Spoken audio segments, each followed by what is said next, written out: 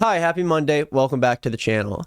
In the past few months, we have been training hard in the art of drama, in the practice of tea spilling. And it wasn't just for any reason. It wasn't to make fun of creepy guys or defend ourselves from Minecraft stands, but it was for this, our own little commentary micro discourse that has been mildly talked about in the past week on Twitter. Now, I am telling you guys, I will admit, this is the least important drama that I have told probably this year. But as more and more people become interested in the channel and more people like what I do, I'm going to continue to find more and more people who don't like me and don't like what I do. So today we're going to talk about that. And before we do, please subscribe to the channel if you are not already. I make videos like 3 times a week, and you should subscribe to my other channel, He Said Us, where I usually make follow-up videos about what I'm talking about on this channel over there.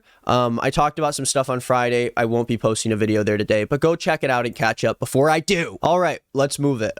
So one of my good pals, Noah Sampson, put out a video the other day about copy and paste commentary channels, and I thought it was good. Yeah. This video is some real self-indulgent meta commentary. We're talking about content that talks about content that talks about content. That talks about content. So Noah brings up this tweet, and it's this like sort of fun little jab at YouTube commentary that says, is there an official style guide for commentary YouTube? And it's 4 different screenshots from the same day about Colleen Ballinger's ukulele apology video. And of course, my thumbnail was among the thumbnails because my video did quite well on the subject. And in this tweet, a lot of people threw a lot of shade at these commentary channels that talk about the same exact thing and can't even have different thumbnails to make them unique. You've got your yellow text, your cringe face, a little song and dance, and of course, a big old screenshot of Colleen looking wacky and dumb. And although the tweet itself I think is funny and was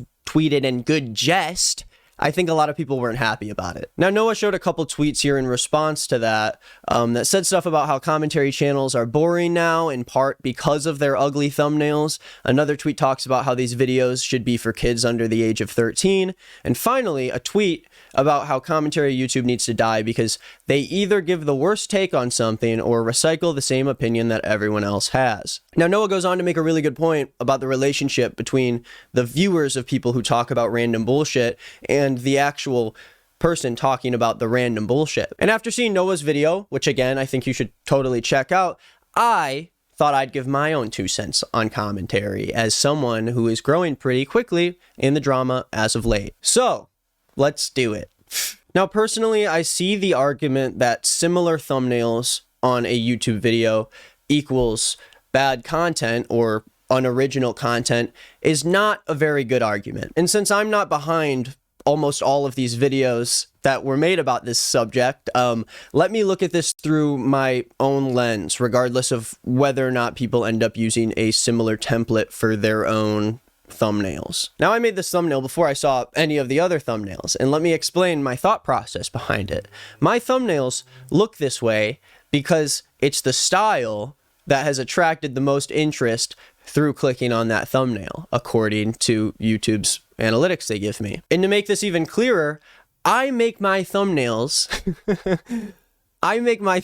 look this way for money.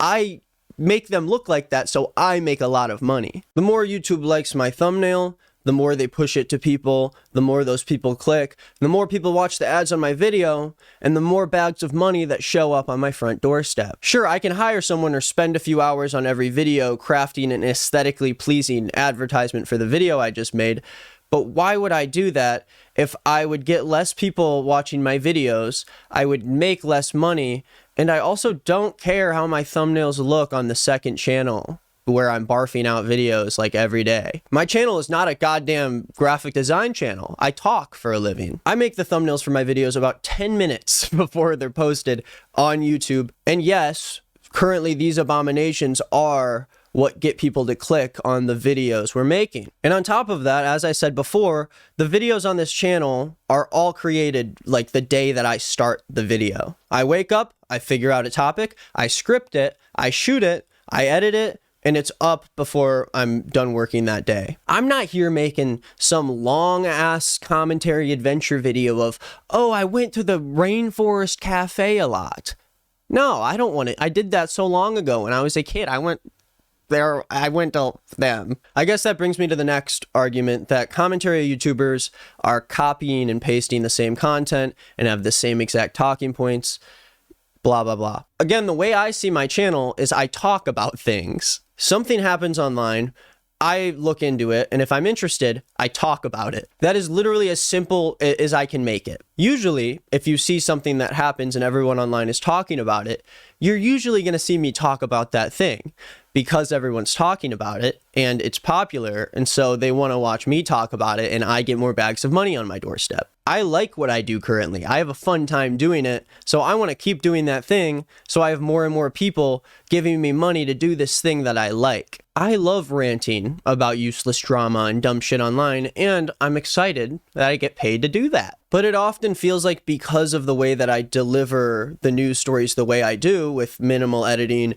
a much more relaxed feel, I am not taken as seriously as mainstream news publications, despite the fact that my viewership eclipses a lot of these channels, and I don't have a corporate structure telling me what to say and believe about stories like this. And side note, what I am saying here is not meant to be like, oh, I'm better than news channels, I need to be respected about them. But if I get to deliver things I'm interested to my audience in a completely free way and bags of money, then of course I want to do that. Now, I think the idea that commentary channels all are copying and pasting the same take is, I guess, an easy idea to come to if you just like don't watch any of the channels. But in reality, once again, these channels are all people just talking about something that was popular online.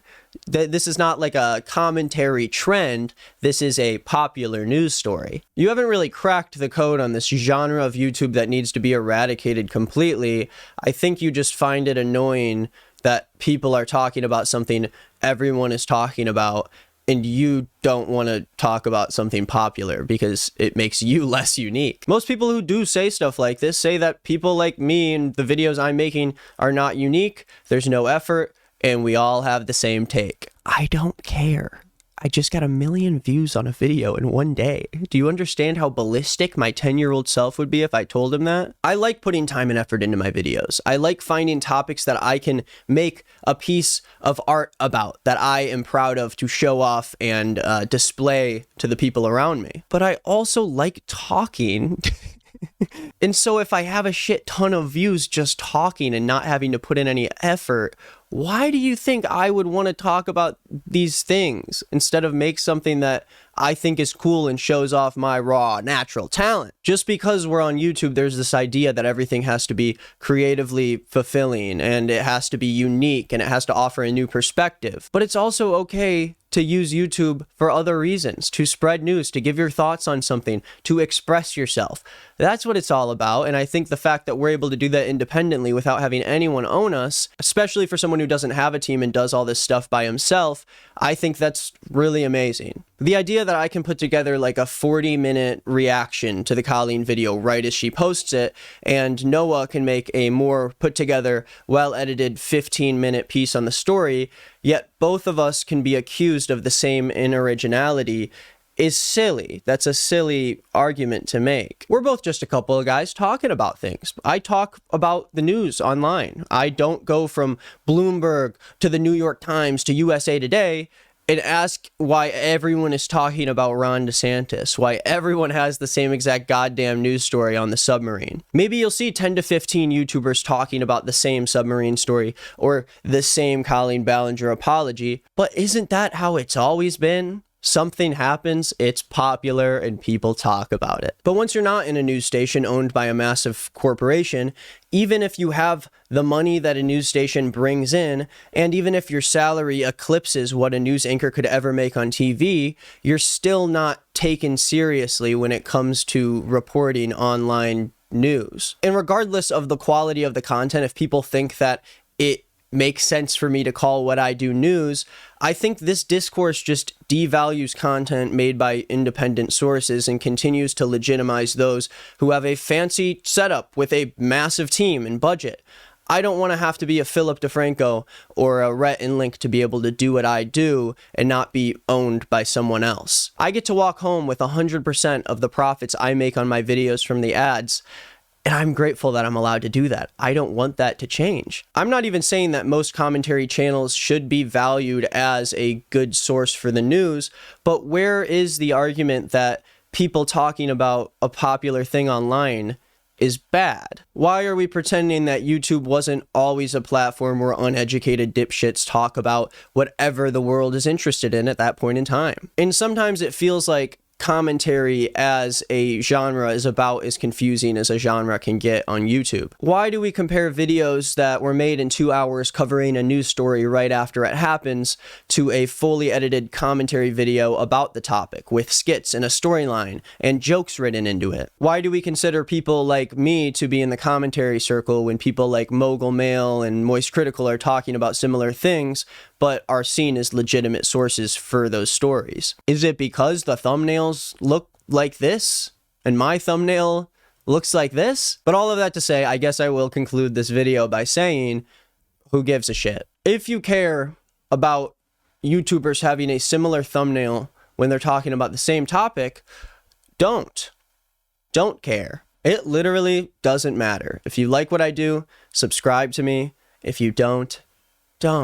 Anyways, thank you for watching this video. I know it was a bit different than usual, but I hope you enjoyed it. And if you want to see more like this, just hit subscribe. Let me know in the comments below. Go on Instagram at @NickIsNotGreen if you want to give me any ideas for what I should talk about on the channel. And also, this Thursday, I'm shooting a music video at the Los Angeles Historic Park at 6 p.m. And I am looking for extras.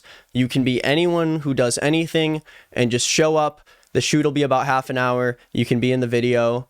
I am excited to say hi to everybody. And I'll also be posting this on Instagram if you want to screenshot it and you want to see my updates on it on Thursday when we're shooting the video. And yeah, go watch a He Said Us video, my second channel, or hang around here and watch more videos. I don't know. I'm going to go. Have a great rest of your week. It's Monday. Get excited for the week. Get pumped. Monday. All right, bye.